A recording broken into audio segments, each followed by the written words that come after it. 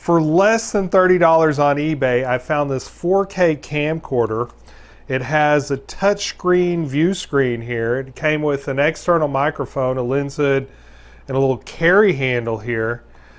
Now, you're not going to find this for less than $30 normally. And this exact model here has been discontinued. You can find models very similar to this for around $100 on AliExpress and the other import sites like that. But I found one for less than 30, and I'll be checking it out. That's coming up on ThriftyAV.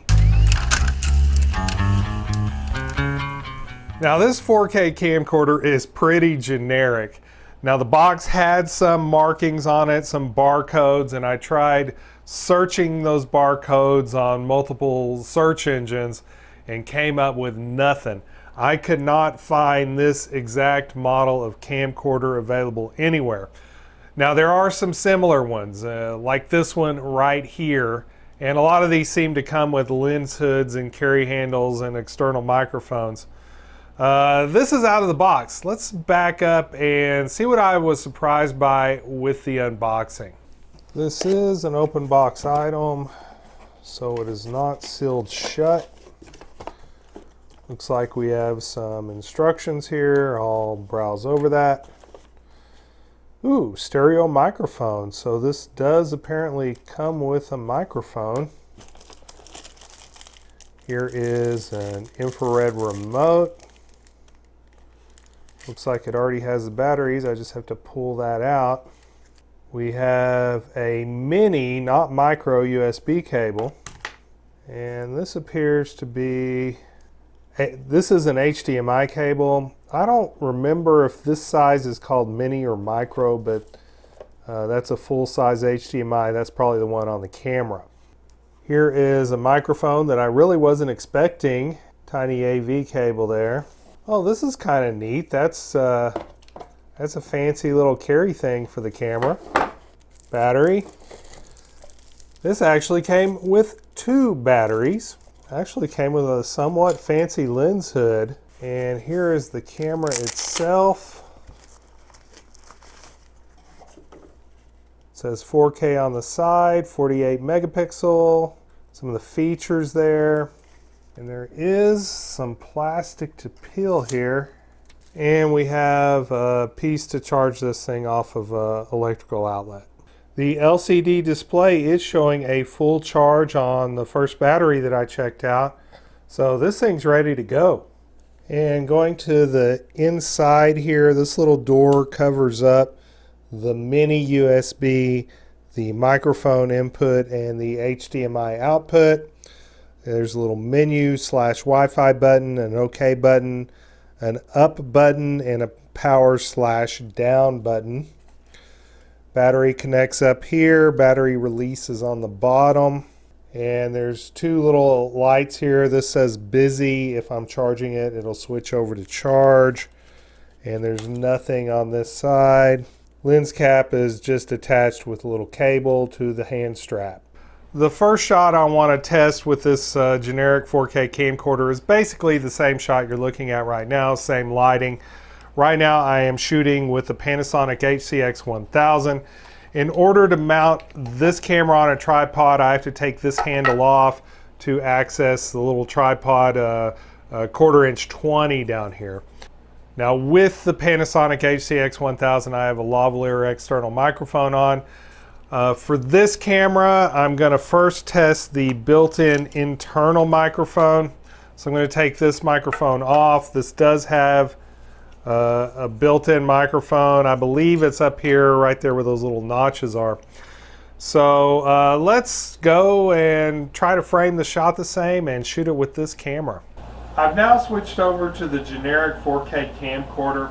This one has a digital zoom, not an optical zoom, so I have it zoomed all the way out and I have a position a little bit closer to me than I did my Panasonic HCX1000. It is still a good 4.5 feet away, so you're going to hear some room reflection as well as my voice on the built-in microphone on this camera. But this is how the image looks with this generic 4K camcorder. I'm now going to hook up this external microphone, which is a directional microphone, and see how it sounds with this. I'm now using the external microphone that came with this generic 4K camcorder, and this is what it sounds like using that external microphone. Now I have a tripod mounted right now, but this camcorder does have electronic image stabilization. So let's take it outside and shoot some outdoor footage. There are definitely some menu items I want to change in here, so I'm going to hit menu. I want to record at 4K 30. I want to leave EIS on because I'm going to be handheld on my next shot.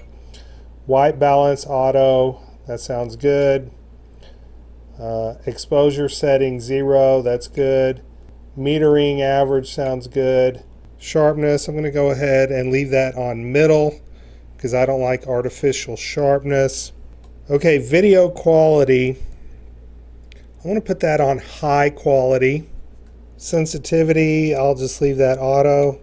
Time watermark, I want to turn that off. I do want it to record audio.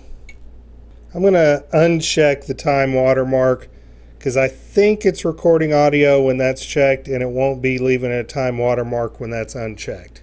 Now I'm going to go to the little gear. Beep, I'll leave that on. Wi-Fi, I'm not even going to use in this video.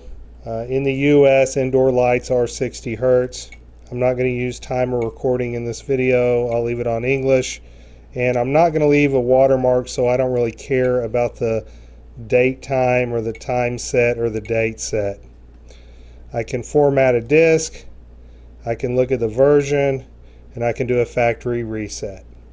Okay, I've gone outside. It's late afternoon and it is sunny outside with blue skies. I have the white balance set to auto. Right now I am using the internal microphone on the camera.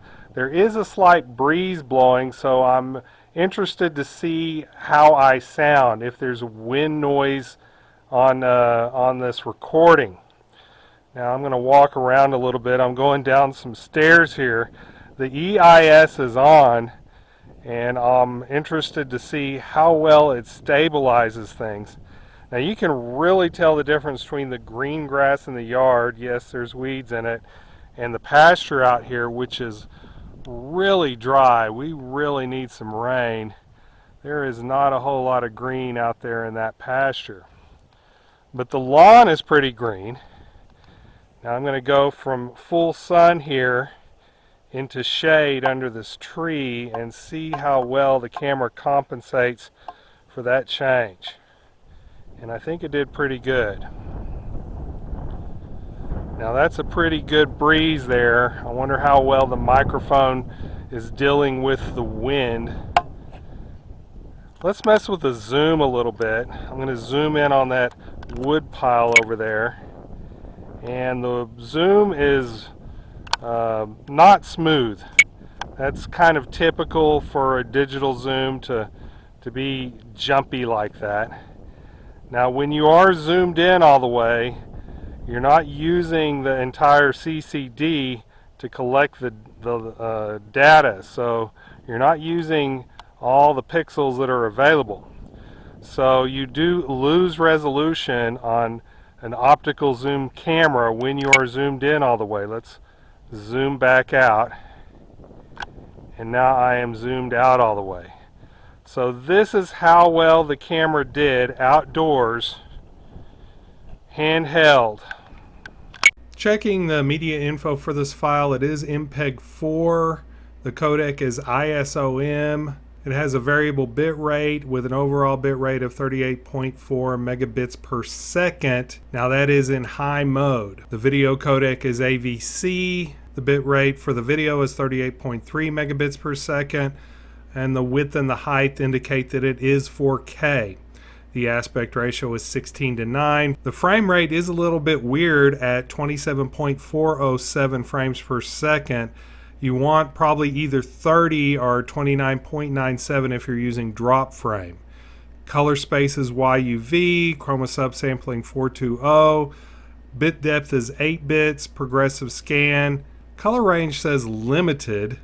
The audio ID is AACLC. It is one channel mono, that's fine. Sampling rate is 44.1 kilohertz, which is the same as CD. Compression is lossy. So the generic 4K camcorder did create 4K files, but those 4K files did not look that awesome. They were about on par with a budget smartphone or maybe a budget action camera. I couldn't tell that the EIS was doing a great job. It was doing an okay job, again, kind of like a budget action camera. Some things I didn't like. I liked that it had 2 batteries, but it would be better if this had an external charger so I could charge one battery while I'm using the other one. Without that external charger, then when both batteries are dead, you have to hook them back up to this and charge them through the camera. When you're using this mount here, you're covering your SD card slot, so you got to take it apart in order to change the card out. That's not very convenient.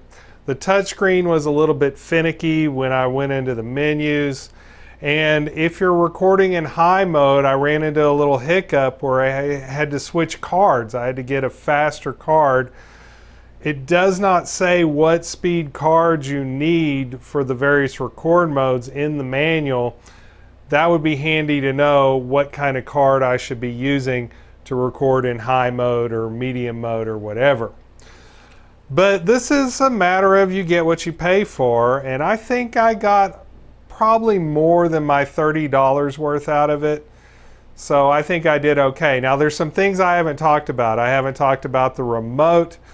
I have not talked about the Wi-Fi. I don't really use those on camcorders very much, but if you're interested, let me know, and let me know pretty soon, because I'm probably going to give this one away. Maybe do I don't know if you want to do a drawing or something, but this is going to be not in my collection pretty soon. So if you want me to test it out some more, let me know pretty soon. If you enjoyed this video, smash that like button. Thank you to my patrons and my members for supporting this channel, and remember, stay thrifty, everyone.